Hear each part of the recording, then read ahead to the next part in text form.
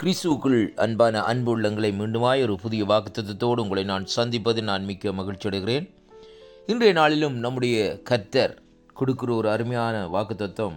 இன்றைய நாளிலும் 8ஆம் தேதி ஜூலை மாதம் 2025ஆம் ஆண்டு. இந்த வாக்குத்தத்தம் இந்த நாட்களிலே ஒரு சுவிசேஷருடைய காரியத்தை குறித்து இந்த நாட்களிலே சொல்லப்படுகிறதை பார்க்கிறோம். அருமையான அன்பு பிள்ளைகளே, நாகூம் 1ஆம் அதிகாரம் 15வது வசனம் இப்படியாக சொல்லுகிறது: இதோ சமாதானத்தை கூறுகிற சுவிசேஷருடைய கால்கள் மலைகளின் மேல் வருகிறது. யூதாவே, உடன்படிக்கைகளை ஆசரி, உன் பொருத்தனைகளை செலுத்து.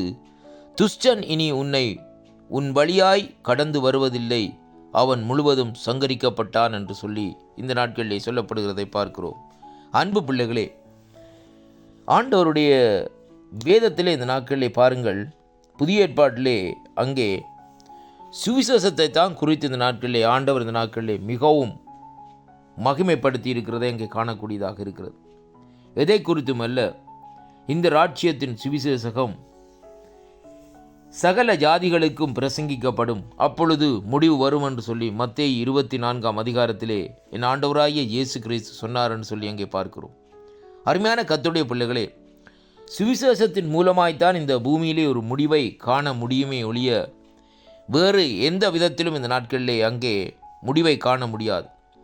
அழிவின் மூலமாய் இந்த நாட்களிலே முடிவை காண முடியாது. அருமையான கர்த்தருடைய பிள்ளைகளே, எத்தனை யுத்தங்கள் வந்தாலும், எத்தனை பூமி அதிர்ச்சிகள் வந்தாலும், எத்தனை இந்த நாட்களிலே தேசத்திலே பஞ்சங்களோ கொடுமைகளோ இந்த நாட்களிலே வந்தாலும், ஆனால் பூமியிலே ஒரு முடிவு, பூமி ஒரு முடிவிலே இந்த நாட்களிலே வர வேண்டுமா இருந்தால், பூமிக்கு ஒரு முடிவு கிடைக்க வேண்டுமா இருந்தால் ஒன்றுமே இந்த நாட்களிலே அங்கே வாய்க்காமல் போகும். ஆனால் சுவிசேஷம் ஒன்றுதான் அங்கே தெளிவாக இந்த நாட்களில் சொல்லப்படுது. வேதமே, கர்த்தருடைய பரிசுத்த வார்த்தையே, பரிசுத்த வேதாகமே இந்த நாட்களில் தெளிவாக சொல்லுகிறது மட்டுமல்ல, என் ஆண்டவராகிய இயேசு கிறிஸ்து கடைசியாக தன்னுடைய வாயினாலே இந்த நாட்களில் சொன்ன வார்த்தை, இந்த ராஜ்யத்தின் சுவிசேஷகம் அதாவது சகல ஜாதிகளுக்கும் பிரசங்கிக்கப்படும். அன்பு பிள்ளைகளே, சகல ஜாதிகளுக்கும் பிரசங்கிக்கப்படும், அப்பொழுது முடிவு வரும் என்று சொல்லி ஆண்டவர் அந்த இடத்திலே சொல்லி இருக்கிறதை பார்க்கிறோம். சகல ஜாதிகள் என்றால் இன்றைக்கு நம்முடைய தேசத்திலே கூட அநேக கிராமங்கள் ஆண்டவரை அறியாமல் இருக்கிறது. நீங்கள் உலகத்திலே பாருங்கள், பெரிய பட்டணங்கள், பெரிய நகரங்களாக இந்த நாட்களை இருக்கிறது. ஆனாலும் அந்த இடங்களிலே கூட மெய்யான தேவனாகிய கர்த்தரை அறிகிற அறிவு அந்த ஜனங்களுக்குள்ளே இல்லை. அருமையான கர்த்தருடைய பிள்ளைகளே, இன்றைக்கு பாருங்கள், உலகத்திலே எத்தனையோ மதங்கள், வித்தியாசமான மதங்கள் இருக்கிறது. ஆண்டவரே இல்லை, கடவுளே இல்லை என்று சொல்லுகிற ஒரு ஜனக்கூட்டம் கூட இந்த நாட்களில் இருக்கிறது. அவர்கள் எல்லாரும் இந்த நாட்களை அறிய வேண்டும். அதைத்தான் கர்த்தருடைய வேதம் இந்த நாட்களை நமக்கு தெளிவாக இந்த நாட்களை கற்றுத்தருகிறதை அங்கே காணக்கூடியதாக இருக்கிறது.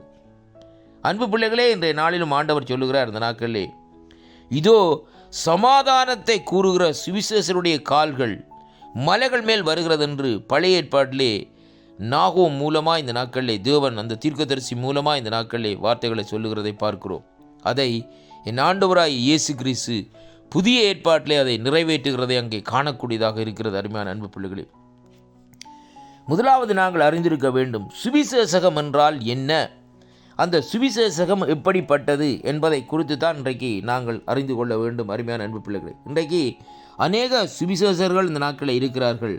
ஆனால் எப்படியாக அந்த சுவிசேஷத்தை பிரசங்கிக்க வேண்டும் என்பதை குறித்து இந்த நாட்களிலே தெரியாது. அவர்கள் தங்களுடைய பெருமைகளையும், இந்த நாட்களிலே அங்கே தாங்கள் எப்படியாக ஐஸ்வர்யவான்களாய் வந்தார்கள், தாங்கள் எப்படியாக அதை செய்தார்கள், இதை செய்தார்கள் என்று சொல்லி இந்த நாட்களிலே சொல்லி நேரங்களை கடத்திவிட்டு போகிறார்களே ஒழிய, ஆனால் கர்த்தருடைய சுவிசேஷத்தை தெளிவாக இந்த நாட்களிலே சொல்லுவதில்லை. அருமையான அன்பு பிள்ளைகளே, அதனாலே தான் இன்றைக்கு அந்த ஜனங்கள் இன்றைக்கு ரட்சிக்கப்படாதபடி இந்த நாட்களில் பின்னோக்கமாக இருக்கிறதை காணக்கூடியதாக இருக்கிறது.